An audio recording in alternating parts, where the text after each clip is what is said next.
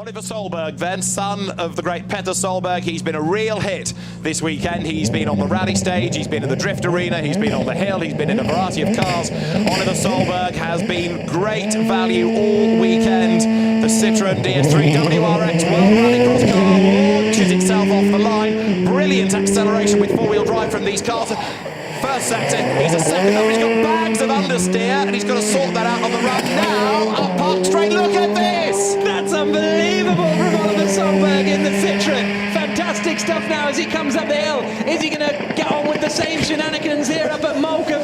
Onto the brakes, flicks it in, back on the power, hooks it up, powers up the straight. He's quick on the second point, it's all sideways, but he's managed to save it. Through past Flint Wall he goes, the tail wags. So he's got to try to beat a 49.5, yet he's still quicker. Going through the second intermediate, again he's sideways, but he's millimetres away from the bales. Oliver Solberg up towards the timing line, he's sideways again, there's the flag. Can he go quicker than a 49? Yes he can, a 49.39.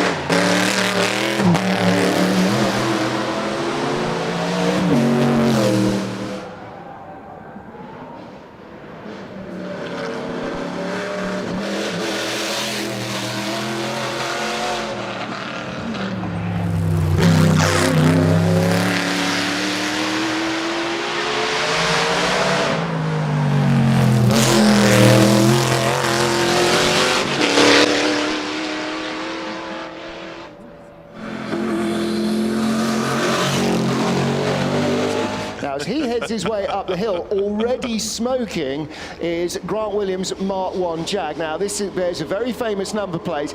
I'm pretty positive this car was not driven this way in periods.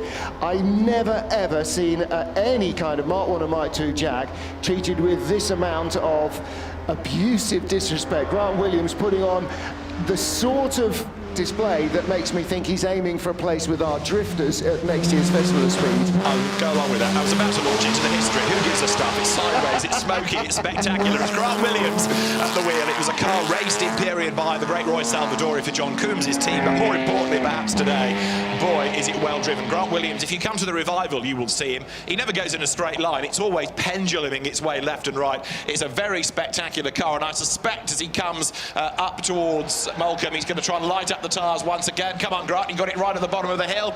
Where's the smoke when you need it? It's coming, it's coming, it's coming. Bear in mind, this is a car built and raced in 1959. It's not exactly being cosseted, is it? Marshall saying, come on, come on, come on, come on.